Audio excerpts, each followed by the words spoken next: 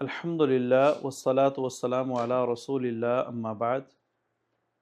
محترم سامعین کرام، بخاری کی روایت 2227 نمبر، رسول اللہ صلی اللہ علیہ وسلم نے فرمایا کہ جب اللہ تعالی حساب و کتاب کریں گے، انصاف کا ترازو لگے گا، تو 3 آدمیوں کے خلاف میں رٹ دائر کروں گا، میں مدعی بنوں گا، میں ان سے جھگڑا کروں گا، میں اللہ سے انصاف مانگوں گا۔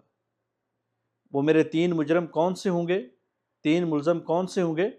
فرمایا سب سے پہلے ایسا شخص جس نے میرے نام کے اوپر وعدہ کیا، عہد کیا، پھر اس کو توڑ دیا۔ کہا کہ یار مسلمان ہوں، نبی کا امتی ہوں، نبی کا پیارا ہوں، آپ مجھے وعدہ خلاف سمجھتے ہیں؟ یعنی میرے نام کے اوپر عہد کر کے مجھ کو بیچ میں لا کے میری محبت، میرا نام، میرا دین استعمال کر کے وعدہ کیا، پھر اس کو توڑ دیا۔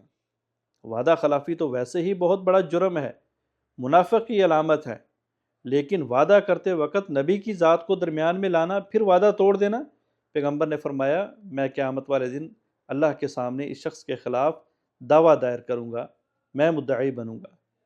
دوسرے نمبر پہ فرمایا کہ ایسا شخص جو کسی آزاد آدمی کو بیچ دیتا ہے، اس کی کمائی کھاتا ہے، اور یہ ہمارے معاشرے کے اندر بہت زیادہ ہے۔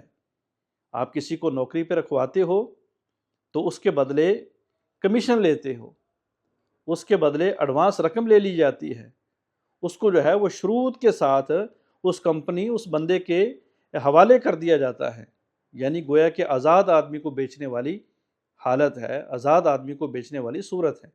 تیسرے نمبر پہ فرمایا کہ میں اس آدمی کے خلاف بھی دعویٰ دائر کروں گا جو مزدور سے مزدوری کرواتا ہے، پورا کام لیتا ہے، جب مزدوری دینے کی باری آتی ہے تو اس کو ٹال دیتا ہے، اس کو انکار کر دیتا ہے، ہیلے کرتا ہے، بہانے کرتا ہے، اور اس بیچارے کا پسینہ نکال لینے کے بعد، پسینہ چوس لینے کے بعد اس کو خالی ہاتھ واپس اس کے گھر میں بھیج دیتا ہے۔